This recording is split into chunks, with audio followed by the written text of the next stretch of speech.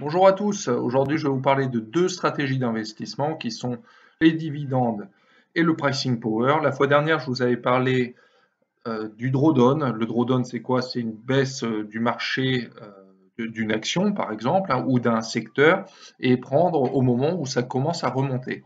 Donc c'est ce que j'ai fait avec Alibaba. Je ne sais pas si je vais être gagnant à long terme, mais il y a quand même de grandes chances que je le sois. Voilà, donc c'est parti. Donc là, les dividendes, il y a deux types. Il y a ce qu'on appelle les dividendes aristocrates. Donc, c'est des entreprises qui ont des fortes capitalisations, donc des grosses entreprises, et qui versent toujours un dividende supérieur d'une année à l'autre.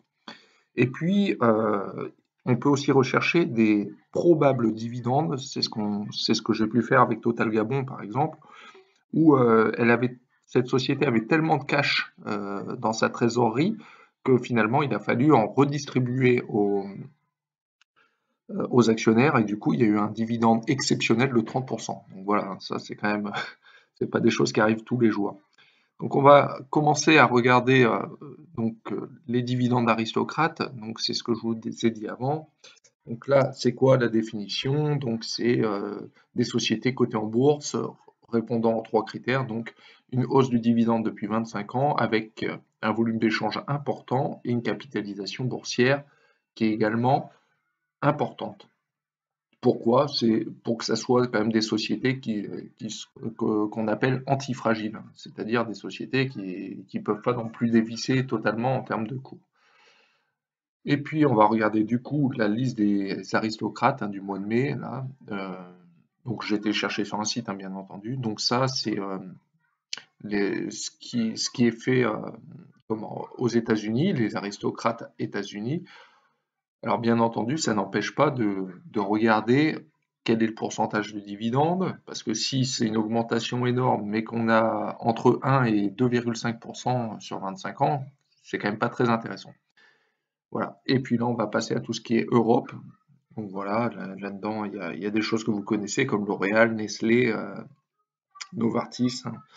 Donc voilà, donc toutes ces sociétés sont des sociétés aux dividendes aristocrates, donc qui augmentent tous les ans de plus en plus pendant 25 ans. Alors, bien entendu, quand ça augmente pendant 25 ans, on espère que ça va encore augmenter pendant au moins 3, 4 ou 5 ans. Voilà. Alors, maintenant, on va parler de Total Gabon, ce que je vous disais tout à l'heure, donc avec le titre, hein, de septembre 2020, avec un dividende exceptionnel surprise, Total Gabon affiche un rendement de plus de 30%. Donc voilà, c'est une société donc, qui exploite le pétrole et ils avaient tellement de cash, ils avaient plus de 700 millions d'euros de cash dans la trésorerie, donc ils en ont redonné à leurs actionnaires. Alors le pricing power, donc maintenant c'est autre chose, c'est une autre stratégie. Donc le pricing power, c'est quoi? Ce sont des entreprises qui sont leaders et qui peuvent monter leur prix de vente sans baisse du nombre de clients.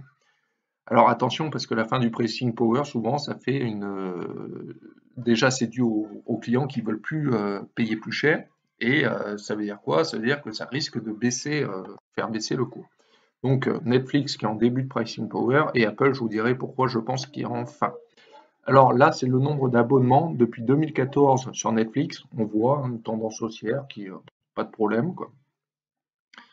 Donc, lorsqu'on voit ça, bien entendu, on se dit bah, qu'ils vont continuer à monter leur prix d'abonnement, hein, et ce qui est normal. Donc, je ne vous ai pas mis le nombre de clients qu'il peut y avoir, mais je vous assure que le nombre de clients est croissant également.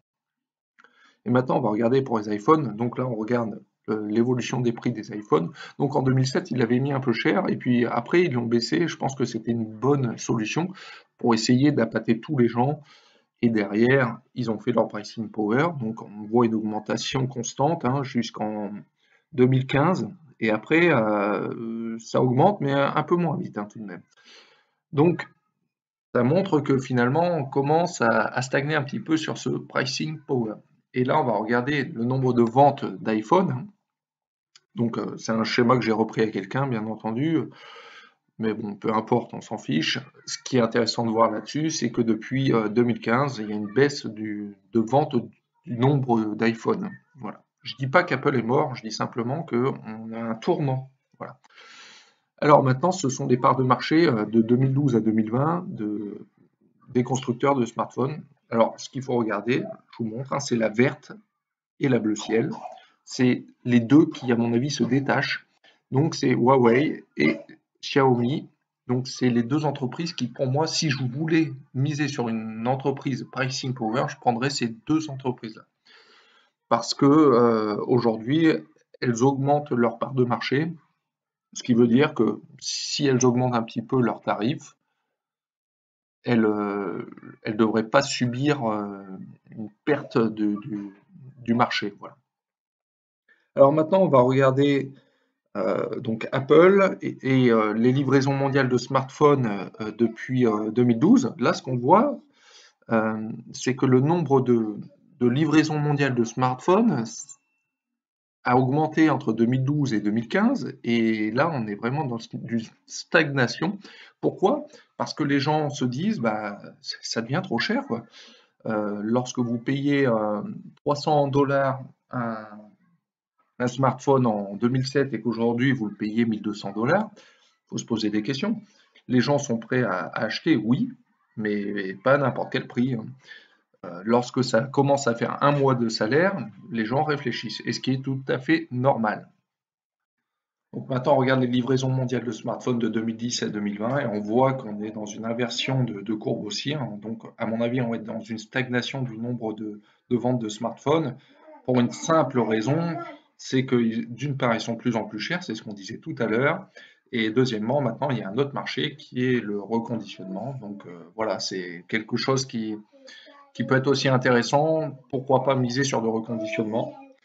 Donc voilà, donc aujourd'hui je vous ai parlé du coup des dividendes et du pricing power. Donc pour ma part, je pense que jusqu'à ce que j'atteigne 200 000 €, je vais rester dans drawdown et de la spéculation sur des sociétés qui peuvent être explosives. Et par la suite, je passerai sur le pricing power dividende, en tout cas de façon plus importante. Je vous dis merci et à bientôt.